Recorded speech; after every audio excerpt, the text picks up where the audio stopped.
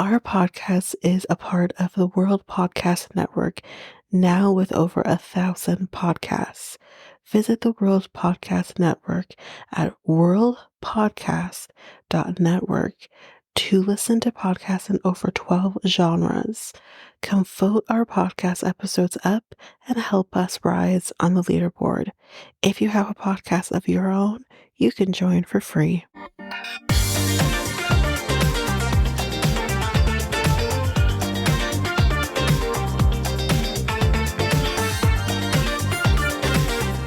Welcome to Reality Tea Times 2, the podcast where we discuss all the trash reality TV we love to hate. I'm Tanika, and today we are going to be discussing last week's episode of The Other Way. So just as an announcement, we'll be taking a break from The Other Way temporarily. I'm going to shift gears and do B90. So B90, how I'm going to be doing this, I kind of talked about it. Well, actually, I talked about it on an episode that wasn't going to end up being released. So we're going to talk about it here. So B90, what I'm going to be doing is doing one full episode, kind of going through some of the key things that happened in the last little bit.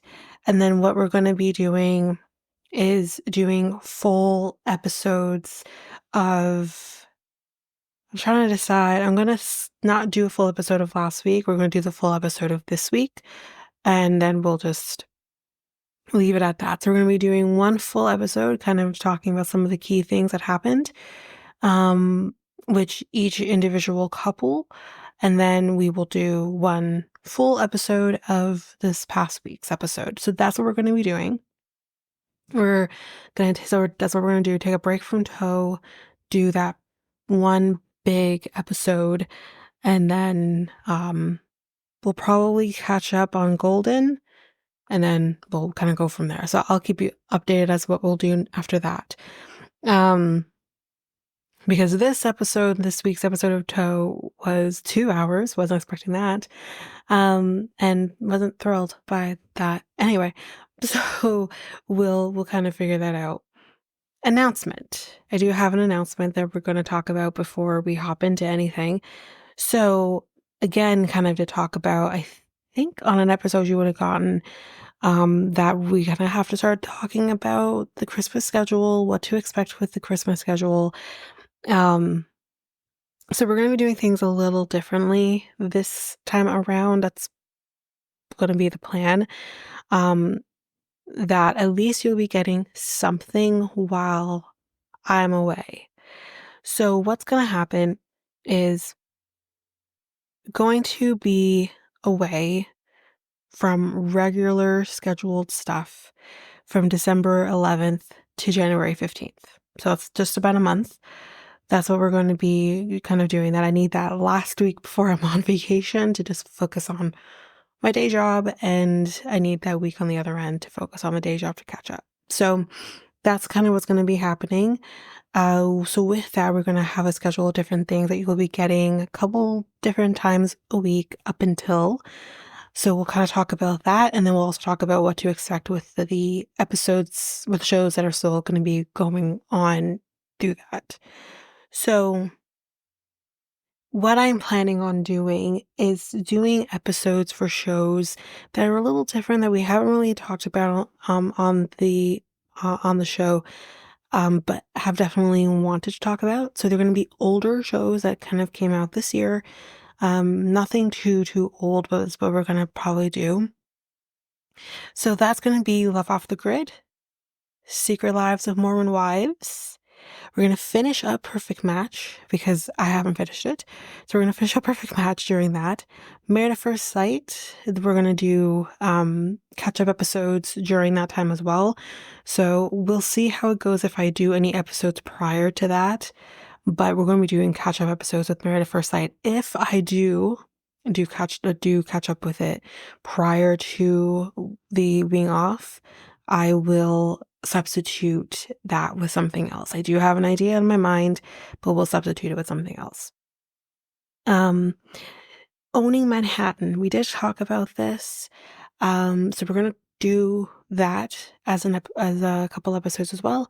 And then you're also going to get bonus episodes. So you're going to get from Next Take Podcast, you're going to get bonus episodes um for December and January prior to me coming back. So you'll get the bonus episode. We'll go through the schedule here. So this is what it's gonna basically look like. So December 11th to the 20th, you're going to get 2 episodes a week. So December 11th, 13th, 16th, and 20th.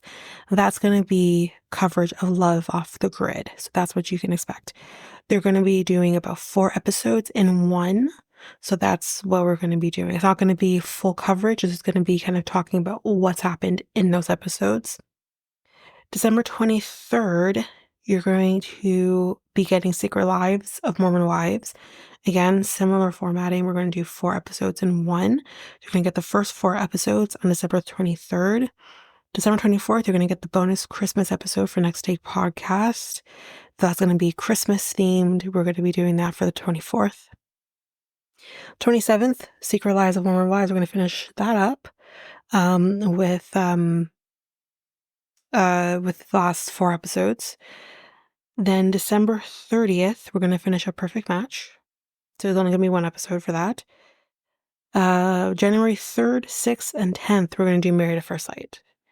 So that basically, again, if we do any episodes prior to me being away, we will substitute it with something else. I'm not going to say what that is until I know for sure. I don't want to give any promises if I don't know if that's going to happen. January 13th and 14th, you're going to have Owning Manhattan. So we're going to be doing 2 episodes of that as well. And then on the 15th of January, you're going to get the January bonus episode for Next Take Podcast. So Next Take Podcast doesn't actually start until the 13th for the new season. So that won't be starting until the 13th. So you're going to have really only a couple episodes to choose from with that. So it's not going to be a whole lot to really see, but we'll go back to normal in February, getting it at the end of the month. So it gives me opportunity to say what I'm going to give you and whatnot. November's bonus will be coming at the end of the month. So it's probably only going to be a quick one, but we'll talk about it there.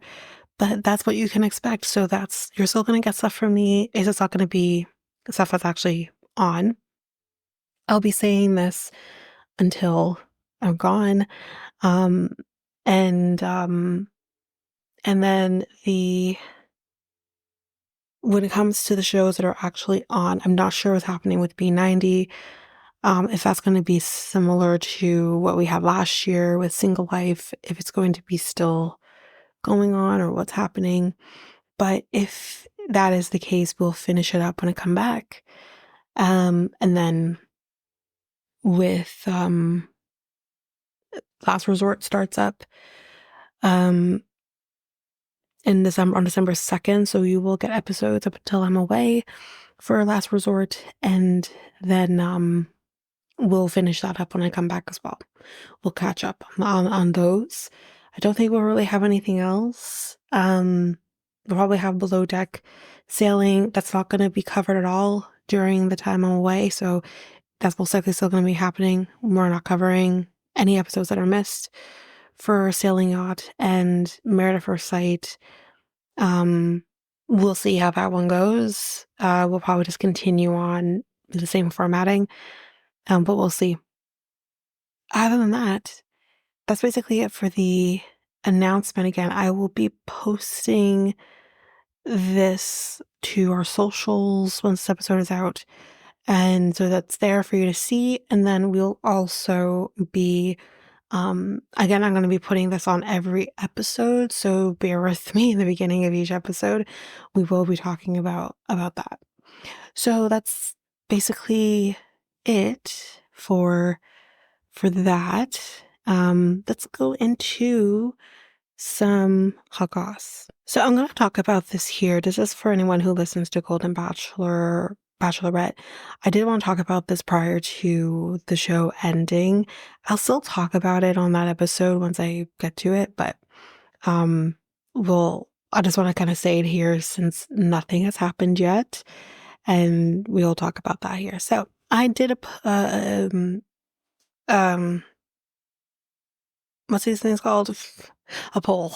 I did a poll on Twitter about who you think the next Golden Bachelor is going to be. And of course, if you had any other names, I said throw them out there in the comments. I want to hear everything that people are saying. So we have 34 votes on this, and here's what we have: 44% said Mark, 29% said Jonathan. Now we know that is not going to be Jonathan. We'll talk about it in that episode. 21% said Charles, because, I mean, yeah. And 6% said Pascal. And honestly, I'm going to be talking about some stuff that Pascal has said since the Men Tell All. We'll get to it whenever I get to it, but I would actually agree with that. And some of the comments here too, I'm not going to say your names by any means, but again, if you listen to the pod, you know who you are. One person said, I think Mark has a girlfriend now in real life. I will be talking about that in a future episode. I did do some research, so I will be talking about that. It's unclear if they're actually together. So I will say that. And then the last one was only Charles, because amen, I agree. So yes, I will be talking about that more. We'll kind of go through it again. I'll say it again on that podcast of that episode, one of the episodes for that, so that we're, making sure people are hearing it. So yeah, that is that. Next piece of hot goss. This is an actual piece of hot goss. So Pascal, he says, and this is about, I think, what I was talking about. He says that if he was offered the role as a Golden Bachelor, he has one big request, y'all. That is, quote, they will have to lower the age. Because he said the age has got to be lower. Yes, I'm old, but I don't go out with a 72-year-old woman. I don't think any of us are surprised by this, by the way. Pascal's reasoning for wanting younger contestants on the ABC reality dating series comes from a practical standpoint. He says, quote, when you're in your 20s, like Joey and Kelsey, you don't have a pot to, he says pee in, but it's pissin', but anyways, you don't have a mortgage, you don't have a home, you rent, you don't have a car, you take Uber, you are in between jobs, you're trying to find an identity. Unlike Bachelor Nation's younger stars, Joey and Kelsey, it can be harder for the men and women of the Golden shows to uplift their lives for love. They say uplift, isn't it? That's not the right word. Uplift? No, it's now I can't even think of the right word, because that's not the right word.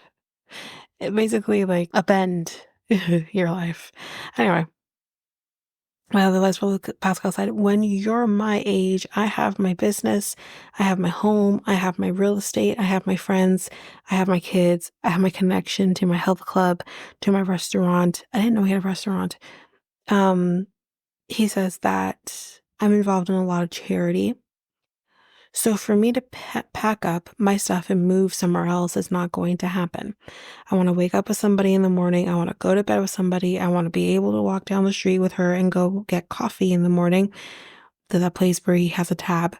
Luckily, Pascal pitched a potential solution to the location issue, saying, I think the concept of the Golden Bachelor needs to be modified and make it the Golden Bachelor of Chicago or the Golden Bachelor of New York, Golden Bachelor of LA, Golden Bachelor of Miami, of Dallas. I agree with him. And this was actually something I believe Reality Gaze brought up in their coverage of the Golden Bachelor last season. So I think that's actually a really good point for people who are older, because you're not going to, because that was the issue that Faith had. She wasn't going to leave her horse, y'all. So this is like, I think it's a really good idea. He says in Chicago, you get 15 million people between the surrounding area and suburbs. You can't tell me you can't find 25 widows or divorcees. I agree. For now, Pascal said he's not closing the idea of stepping into Gary Turner's shoes for the Golden Bachelor season 2. He says, I'm semi-retired, so I have a lot of time. I don't have to be at work, but I want to see how much involvement there is into it. Um, Adding that he'd also love to see some of his Golden Bachelorette season 1 castmates take on the Golden Bachelor title as well. He said, quote, I know some of them are dying to be the Bachelor. I mean, I'm dying for it. If I know what time of commitment and what is involved and if it fits my schedule, yes, why not? So that's that. Next piece of hot cross. This is toe related, and this is regarding the episode that we're actually going to be talking about. So Sarper is in a little bit of some hot water from this episode, and I think we know why. Um, Seemingly performed, and I caught it, a version of a haka followed by a pukana. I'm sorry if I'm saying that wrong. For his fiance, as we know, Shekinah. So later in the episode, as we could see, Sarper decided to surprise Shekinah after she surprised him, which we'll talk about. With what many viewers have alleged is a rendition of the haka, which he attempted while wearing a do-rag, which, as we know, it's a cloth historically used to protect Afro-textured hair and hairstyles worn by Black people as a cultural signifier. So there's just a whole lot of appropriation happening, which I get. So the scene, as we know, which we will be talking about, attracted a largely negative response from viewers, particularly among those who claimed that Sarper had been attempting a haka. They said, some of the people said, quote, that is a poor attempt at the New Zealand haka, which I believe actually, for those people who watch The Bachelorette this past season, we would have seen that. We actually saw that. And I remember actually watching this and being like, I've seen this somewhere. So it's not crazy that people think that that's what he was doing, because that's what I thought he was doing. My mom actually went as far as to say it kind of reminded her of Oswelu when he came in to the airport and did his thing for Kalani. But it was the whole tongue sticking out thing that I'm like, I think we've seen this before, and it was on Bachelorette. So they said particular. Okay, back to where I was saying. New Zealand, he should learn properly and show New Zealand respect. One comment said on Facebook, with a second adding, it's an insult to the haka. Another person said, he performed it very, very poorly and disrespectfully. A third replied with a fourth saying, that was the most cringiest haka I ever saw, to be honest. Sarper's haka was disrespect. Another person said, don't ever disrespect another culture again. He's so weird for that. And another said, was that meant to be haka? So cringe and honestly pretty disrespectful. Sarper never claimed he had been attempting the haka in the episode. Of course not. It has come amid ongoing debate around the haka in professional rugby, which again, we saw that. So we're going to kind of go a little bit into that, just so people are aware.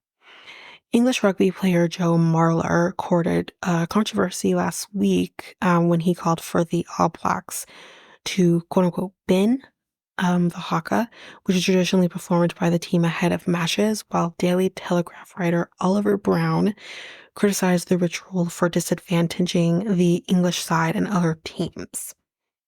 In 2021, the Telegraph's Charles Richardson penned a column that questioned if the All Blacks' pre-match routine was on borrowed time, claiming the haka had been, quote, objectified and commercially exploited by rugby.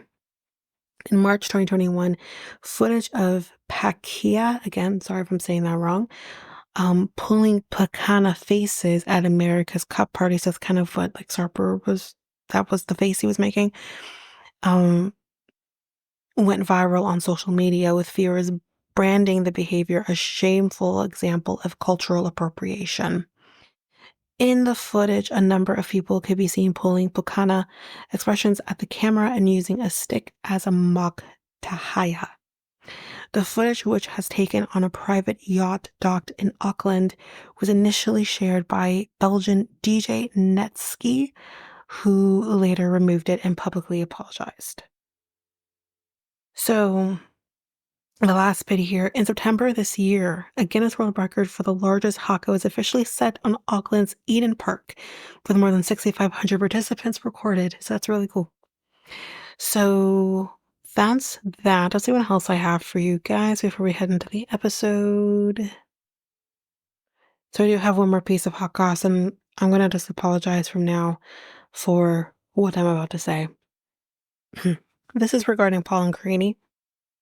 There's some more fuck shit between these people, or just about these people, and Paul just has to say more things because he thinks people care, and because I am who I am, that's affected myself, so I'm going to subject you guys too.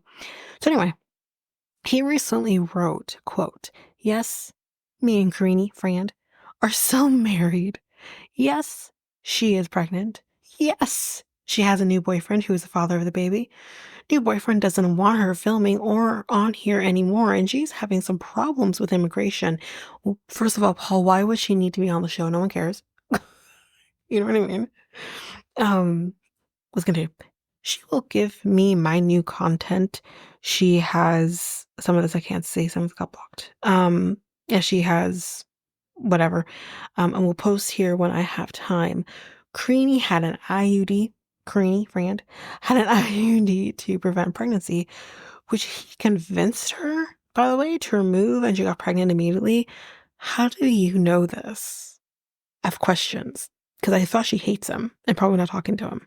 Anyway, I am still mentally absorbing all this information. He told her that he was 50 and really wanted a baby. They met this year. Okay. Of course, as soon as this hit social media, Redditors were all over it. The comments that they made about these two were all over the board.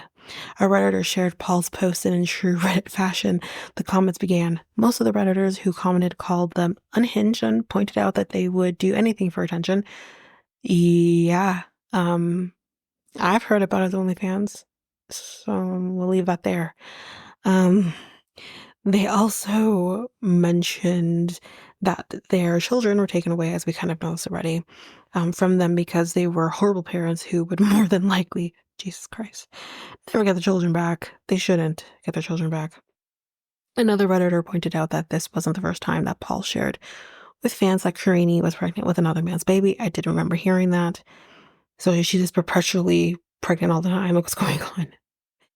Is Paul making everything up for attention? Potentially. Potentially he's doing that.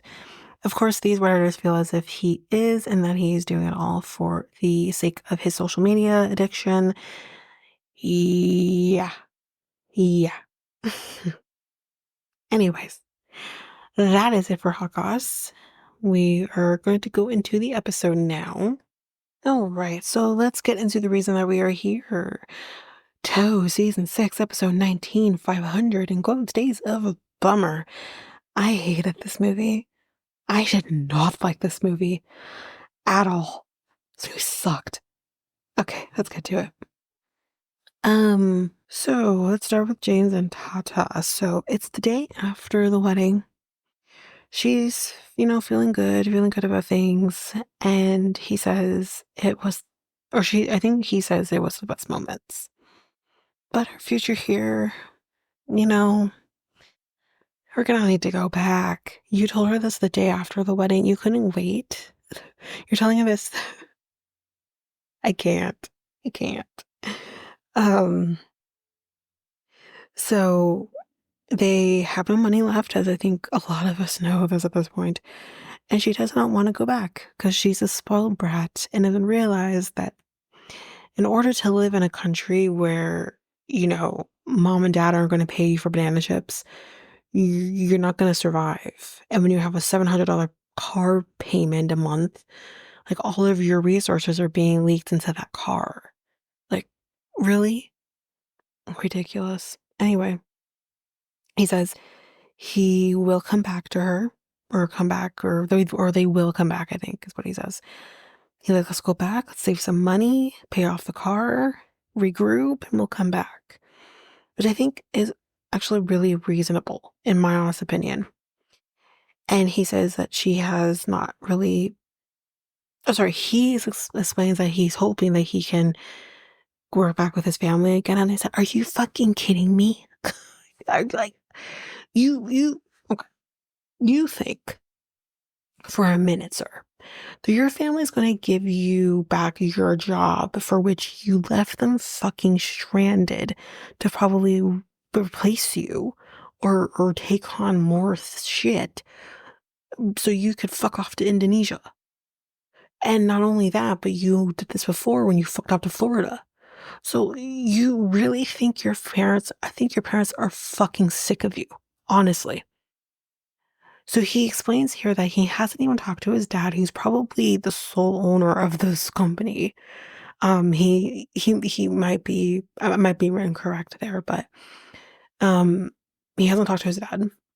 His mom, he has talked to his mom. He probably hasn't talked to his brother because I think his brother hates him.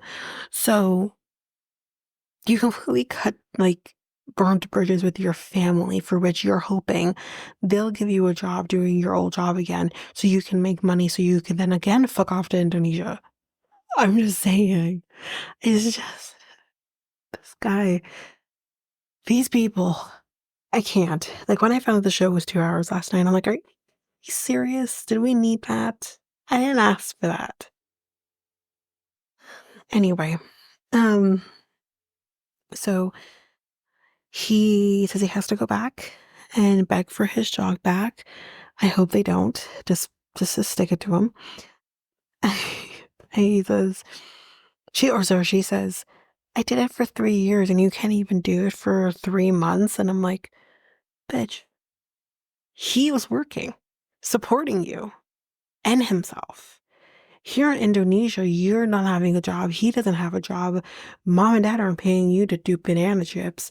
And they said that they were going to take care of you guys. But yet, like, is that still happening? Like, I'm confused. So it's just like, it's not possible. They did this and didn't think things through. If she wanted to go and figure out the health stuff and everything like that, fine, do that. But you should have made sure you had available money so that you would have been able to do that. Like, what is with these people? Anyway, so she's like, I was home alone. You had the car. She couldn't do anything. Um, she doesn't want to repeat the same thing. I have a question. Now, I understand there were some delays due to COVID and they did get married during COVID. I get it. But eventually you would have gotten your green card. Eventually you would have gotten a work visa prior to getting your green card. Why wouldn't you have worked?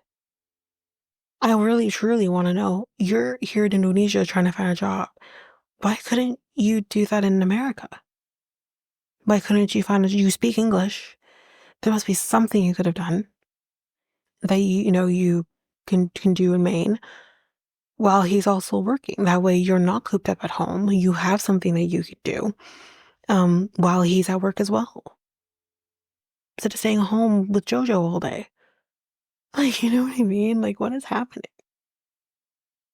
So he says, I will not, or she says, sorry, I will not live in a box. So he says, you're not going to live in a box and whatever. Because, you will have a life here or you'll have a life there. And she's like, how though? How though? I swear to God, if this girl cries anymore, like I actually miss Robin crying from Sister Rise for those who watch. That's saying something. Anyway, he says we'll figure it out, but she's unsatisfied with that answer, so yeah. Then we see Tatha and Angel are going to go see their older sister, the one we saw earlier. I can't remember her name. And Angel's going to be going back to Bali. I think she's actually going back later that day. And she says, I think that he can love you, meaning James. I think he can love you. But like, I don't trust him like I would trust my other family because, girl, you didn't give him a chance. What did he do to you? You lied about him in a way that's pretty detrimental to anyone's relationship. And you're out here being like, oh, I don't trust him. Are you kidding me? Are you for real? Because, girl, honey, he doesn't trust you either. But like, are we serious right now? The the nerve of her. the nerve of her to kind of be like, but I don't trust him. What? What? Who's the one who lied about who? But you're being like, I can't trust. I didn't know you were supposed to trust me. Anyway, so um, then Tatha drops the bomb and says, well, he wants to go back because he can't support me here. And I'm just like, you say that like he hasn't tried, you know? And he's just like, well, what now? And she's like, he said that he wanted to come here, get to know our family. Why is he changing his mind? Well, he's not changing his mind. He literally can't support her here. And so they're both at this point, they're both crying, both Angel and Tatha. And I'm just like, Jesus Christ. Like, just two grown ass people. Like, I understand being upset that your family's going to be going away, but two grown ass people who really should be acting better, just crying over a situation that's like, okay, your sister made a choice to marry him. She didn't have to, but she did. Why? Because she fell in love with him. So you're out here crying because he's taking her. She's now married to him. And I thought, it's crazy me, but I thought the whole thing about how things are done in the culture is that the people who are like the most important people in your life is your parents and your husband. So, excuse me? I can't. I'm so confused. Anyway, she's like, I don't want to go back. I don't want to go back. And I'm like, great. So now you're going to tell your sister who hates him that I don't really want to go back, even though he wants to go back. So it's making it seem like he's forcing her to go back, which is just like, Jesus Christ. The older sister here, who is, she's crying, but she's not like blubbering like these two. And she's like, let's like talk to him. Me, you just got here. Meanwhile, sis, I thought you literally said don't move here. So now he's saying let's go back. But anyway, Tatha says he can't support us here, so that's the reason why we have to go. Or whatever. He says, she says it's nice being here. Because when we fight, I have my family here to talk to you about it. Oh, Jesus Christ. You shouldn't be talking to your family about every little disagreement you guys have. And that's basically what she does. Every little disagreement, you talk to your family about it. Any big decision, James talks to other people about it. You people don't talk to each other. I can't with either of them. I'm so serious. She drives me up the wall. He drives me up the wall. I'm just like, if I have to be endured with another freaking season of these people, which, let's be real, we're going to have to deal with it. They're not going away anytime soon. I'm going to lose my mind. Anyway, her older sister says, you got to go with him because he's your husband. More on that in the future episode. But she says that she, does not want to be far from them again. She's like, I love both my family and James, and equally, she says. And if she stays in Indonesia, she could probably lose him. And if she stays with him, she feels she's going to lose her family. But again, I feel like your family shouldn't be putting you through this tug of war of the best thing to do. Your family should be supporting your marriage, your relationship with him, and they seem to like him. So why is it this or that? Why is it not tit for tat? Why is it, either or? Why can't it be both? Whether you're there or in the States. But the thing is like, I don't think her family does that to her. I think she does it to herself. And Angel does that to her too. But I really think a lot of the issue is really herself. I know I'm not gonna say anything against her mom or her dad being like, we want you home, we miss you, whatever. She is the baby, and I understand that. But she's also married. She's never gonna grow up if her parents are constantly being like, stay with us or whatever. Like, I don't know. Again, I think a lot of it is she's doing it to herself. Anyway, Angel's gone now. And James was like, so what did you guys talk about earlier? And she says, well, we talked about moving. And he's like, oh, okay. So why did you feel the need to talk to them about that? And he's like, you could have given me a heads up, you know? We could have talked about, talk about this privately, is what we've been doing. And, we need to communicate, but who we're going to share our problems with, right? Which I hear what he's saying here to an extent. Like, if they're still trying to figure things out for themselves, inserting other people into the mix isn't going to help with figuring out what you're going to do, because you're going to get outside people who are going to have their thoughts and their feelings about certain things. It's going to complicate things. So that I do understand. And he's like, and now since you've like talked to everybody about things, I'm gonna have to face those people, and I'm feeling like a failure. He's not swearing to, and I'm just like, oh my god. Like, I mean, I'll give him a pass because he doesn't cry a lot, but it's just like every word that comes out of Tata's mouth, it feels like feels like that thyroid hasn't quite figured itself out yet. But it's just like she constantly has a cry sound to her voice. You know how kids have a cry sound to their voice and it grates your nerves? That's what she does. And I'm just like, Jesus Christ, I can't. I can't. It needs to stop. So she says, I don't want to be alone in America. And he's like, I don't want you to be alone either. But she's like, but for how long am I going to have to be out there while you're, making money? You could be helping with that, but making money too, girl. But anyways, and he's like, I can't really answer that. Like, he doesn't have an answer to that because, yeah, he doesn't know how long it's going to take. You have a $700 a month car payment, and I don't know how much you have to pay off of that. I think it was like $20,000, some crazy shit like that. It's going to take a minute, because you're going to have to save money. You're also paying rent. You got a dog. So it's just like, it's going to take time. But then all of a sudden, it's out of the blue, she's like, if I have to be there, I want Angel to come with me to sponsor her. So he's like, so wait a minute. A, I don't even know if you're coming.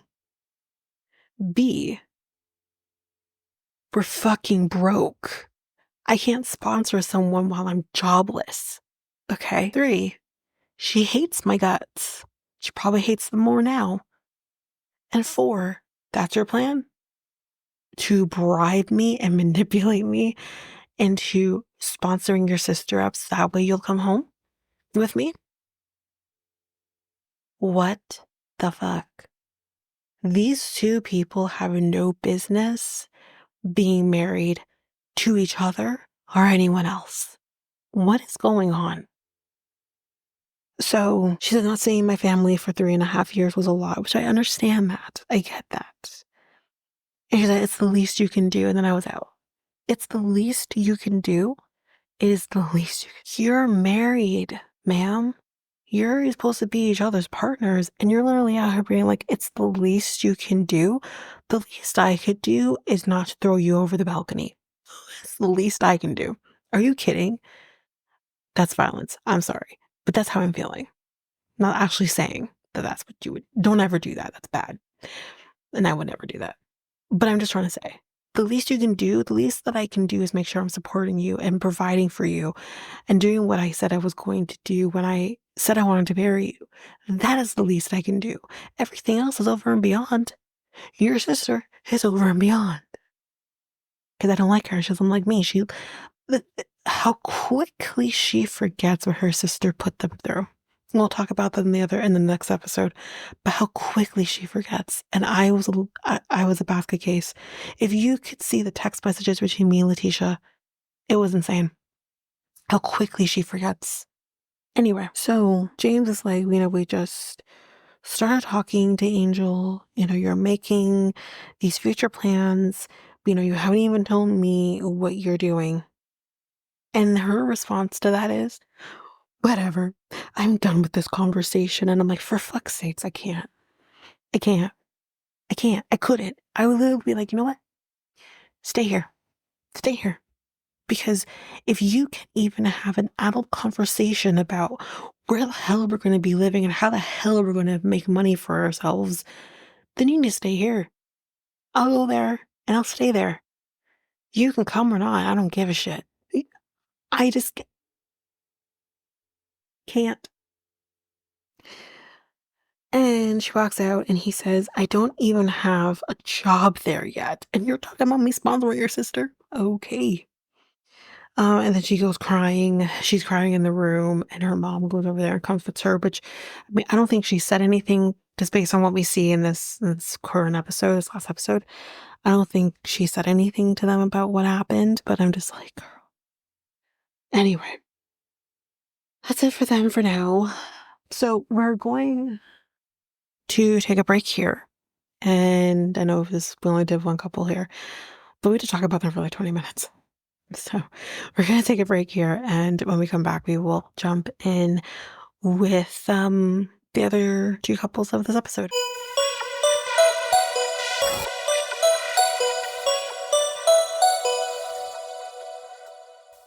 And I'm back. So just as just letting everyone know I am recording this on my phone. So hopefully it does sound okay. But yeah, we're gonna finish up this episode. So let's get into Dempsey and Statler. So they're gonna be exploding. Well, they are gonna be exploding, let's be real. We're gonna be exploring before Statler has to go to work that day. So she said that she found this train that apparently is supposed to go over the Alps, and I think it's the Alps, whatever, the mountains. And you're gonna be going over that, and it's gonna be really great. It's gonna be wonderful. It's gonna be so much fun. But this train ride that they're going on is not exactly what she thought it was gonna be. It's more like a toy, as she described it. It's more like the trains you see in a mall, and I would agree. So Dempsey says that I appreciate you working to support this life that they've chosen to do. But since you agreed to do the general upkeep, Statler says, then it'd be great if you could fix that table. But here's the thing, even if Dempsey agreed to do the general upkeep, where she says, okay, yeah, I'll cook, I'll clean, but like, you could take it upon yourself and just fix the table, like, because it's to me, it feels like you're just taking advantage. Um, so she says like, well, you could fix it too. But she's like, but you do have more time to do things. So like, can't you do it? Okay, but see, the way your style kind of says it feels like Dempsey's taking advantage of her to have van life. It feels like you're taking advantage of the fact that she doesn't have anything to do in terms of work. Um, so you're taking advantage of that, but it's like you could do for yourself as well. Like, I wouldn't really appreciate kind of being like, well, you have time so you can do it. It's not great. So she's basically Dempsey's just kind of defeated at this point. And she's like, sure, whatever. She's like, don't be so enthusiastic. And she's like, do you think like because I don't work that I should be doing this? And she's like, no, because I just want to feel supported, because she doesn't feel supported. And I think in many ways, Dempsey doesn't support her. Even though Dempsey feels like she does. There are times, yes, that maybe she does, but there are the times where it really matters, the big things like the whole uh, fairy situation, that you don't actually support her. Those are the moments that matter. So this, basically to say these two have no business being in each other's lives, really, in this way. But she says like maybe, like I'm not like enough because I feel like I support you. Like maybe I'm not giving you enough support. But Styler says, I think you're, you kind of go with the flow, where Styler, kind of is more success driven. Yeah, because if we remember who her adoptive parents are, like, isn't her mom like a governor or a senator or something around those lines? Like, she's in politics or a mayor. She might have been a mayor. And yeah, she kind of has that kind of all around her. I think, like, she clearly probably comes from a family of success. So she too is going to go accordingly. So it's not surprising. So, but what I did agree with Dempsey on this here was when she kind of says, but we don't have to be the same. And it's true, you don't have to be the same, but you both have to respect the other. So Dempsey, that means respecting her space when it comes to the things that she deals with her ADHD, with her autism, anxiety, panic attacks, a whole bit. You have to respect that and know how to work through that with her. Just like Statler needs to understand that Dempsey is the go with the flow type person. She's a little bit nomadic and is free spirited and positivity and nothing I can fully relate with, but that is who she is. And that is something that you knew going in. So, what I mean, like, you both need to do that for each other, but you're incapable of doing that for each other. So I don't know why you guys are in a relationship. But anyways, um, and then I think it was Statler who asked, or maybe it was Dempsey who asked, do you see a future with me long term? And Statler responds with the next scene, basically saying, hopefully. She says she likes how Dempsey thinks, being positive, and, you know, she would definitely have been caught up in the family.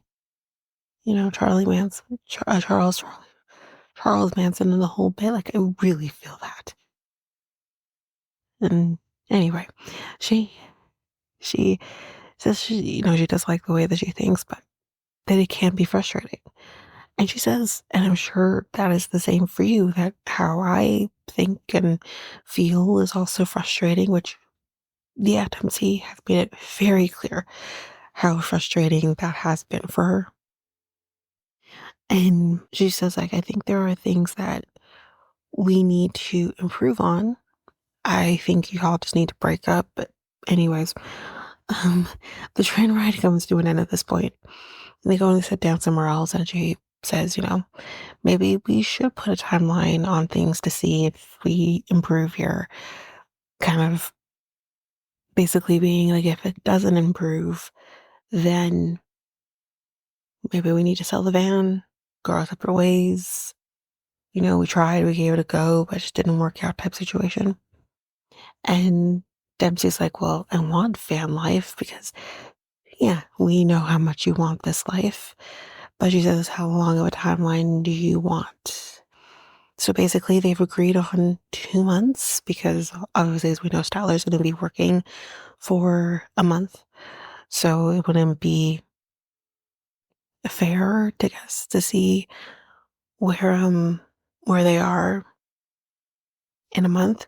So she said 2 months. And yeah, if it doesn't work out, then that'll be that. And they'll park and go separate ways. She says, I don't want to sell. I want to explore with you. But let's try really hard to make that work. And as we know, everybody, they are not together. We've talked about it on this podcast. It's been pretty well known at this point that they are not together. And we kind of just get flashbacks of them, and that's basically the end of it. That's the end of Dempsey and Statler in this episode, and we don't see them again in the next episode. So good riddance to both of them. Wish them both the best, really. And yeah, we're not going to be seeing them on the tell-all, as we know as well. So that's basically it for Dempsey and Statler. It was really great knowing with both of you. Never come back. We know Statler's never coming back because she's burned bridges, but that's about that. But that's it for them. And let's go to our final couple, and that is Sarper and Shekinah. And we've kind of talked about this in the beginning of the episode, so let's talk about it completely. So it's been a couple of months now since Shekinah surgery. The recovery, she said, was really tough. She had black eyes, she couldn't breathe. Everything was kind of tough for her.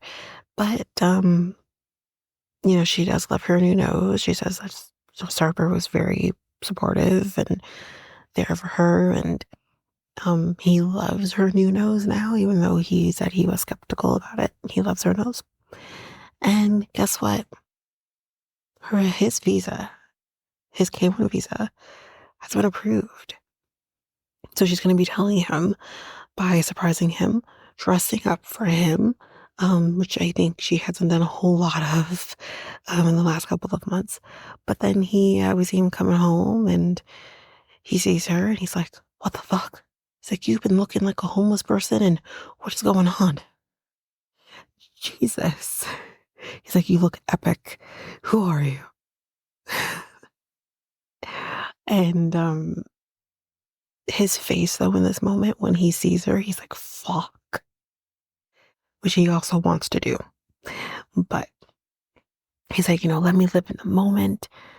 And he says, usually, she says to him, usually when I dress up, I usually have like my whip or my handcuffs with me, but not today. Today I have my phone. You want to know why? And he's like, to record a sex tape. To send me. Record a sex tape. This man was deadpanned. Face is serious. This is what he thinks is going to happen. And you know what?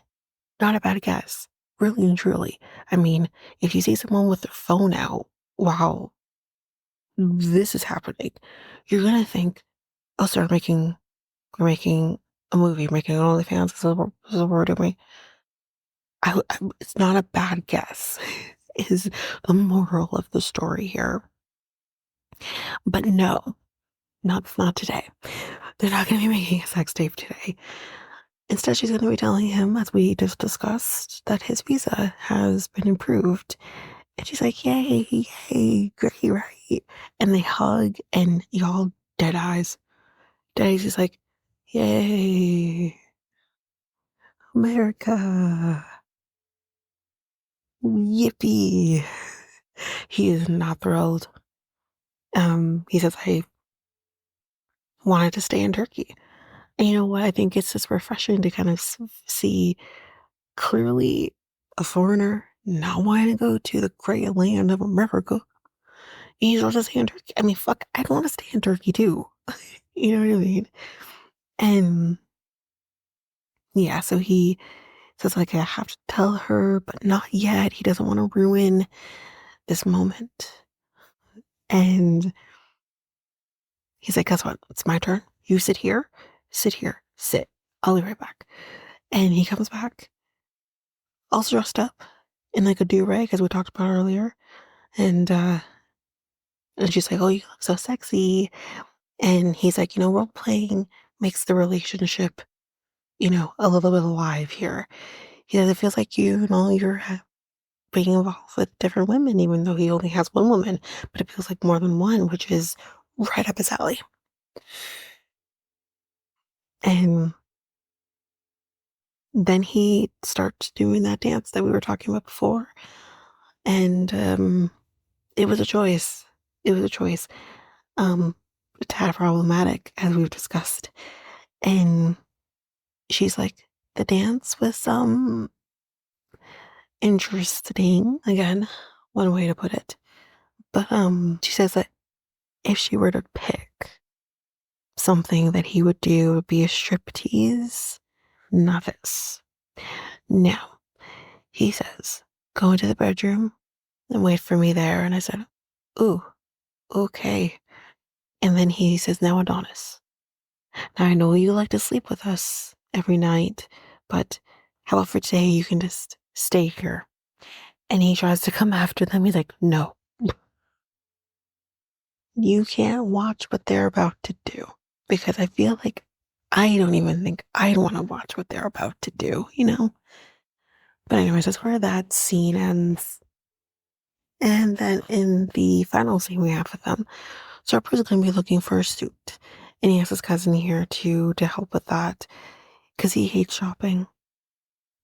Um, yeah, well, so she's going to be helping with that. And she's like, why are we looking for suits anyways? Like, what's the occasion? What are you wearing this for? And he says, well, I'm going to be proposing. And he wants to be able to have an engagement ceremony, which he does kind of touch on a little bit in this episode, but we'll go into more details in the next one. And he says he's going to be surprising her.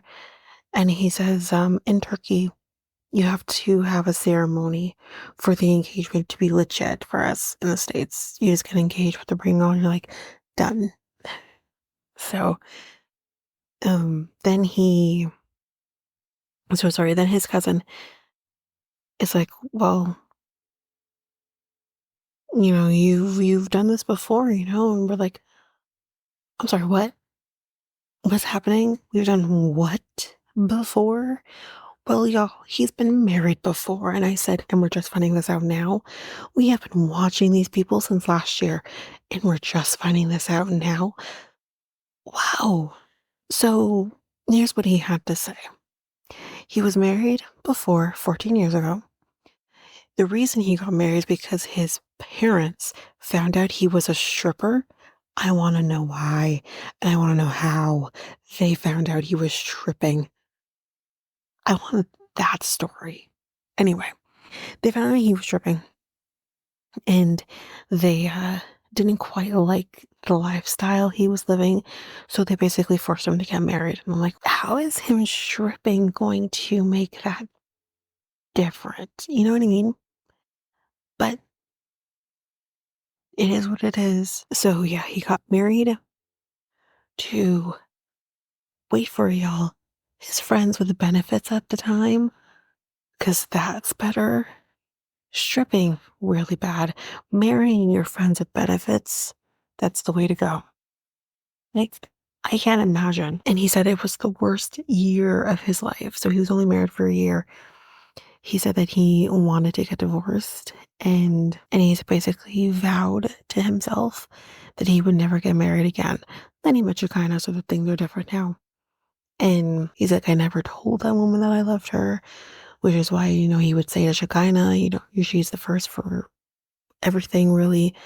So, I mean, I don't know, man. I don't know if I buy, unless the friends with benefits slash wife slash ex-wife, it was fully aware of the arrangement here, then maybe I can believe it. But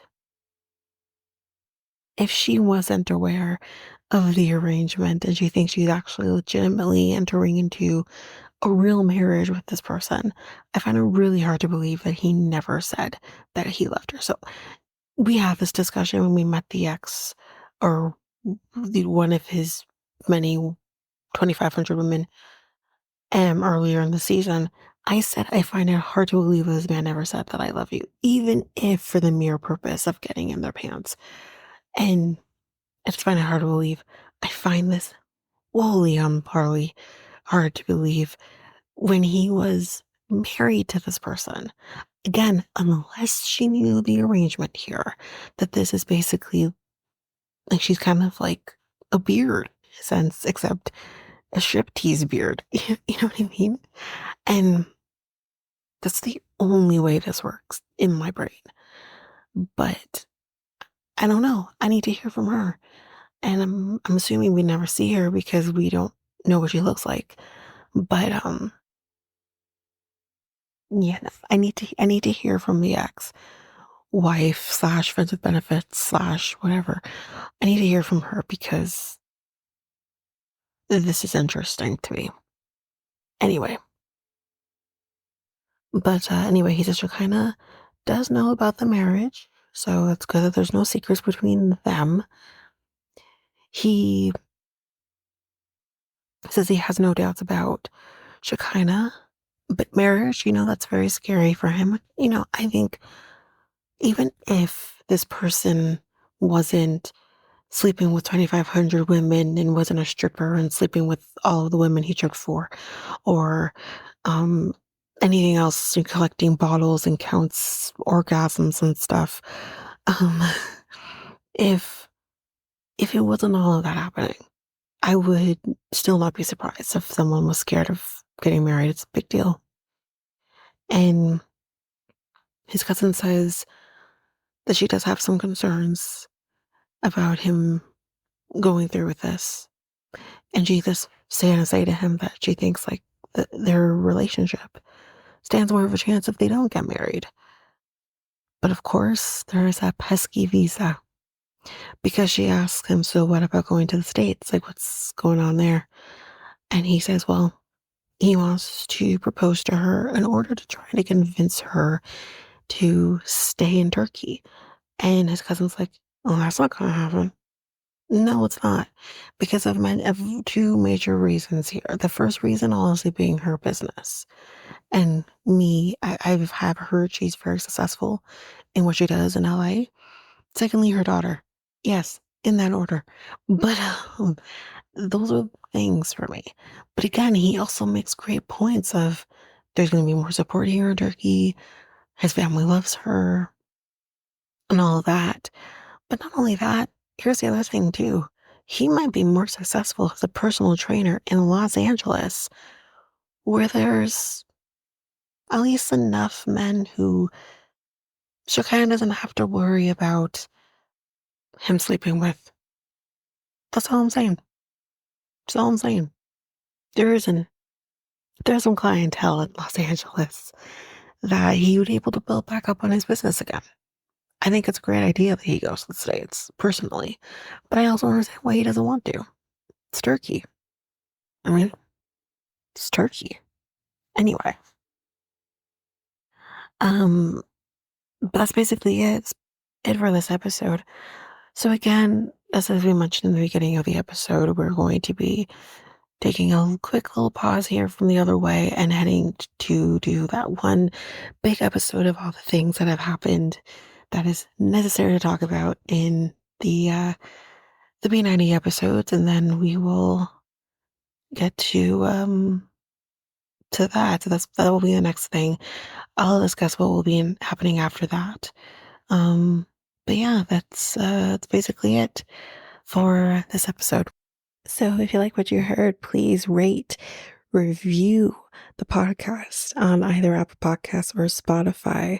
Also, don't forget that you can also share us with everyone in your life if you really love this.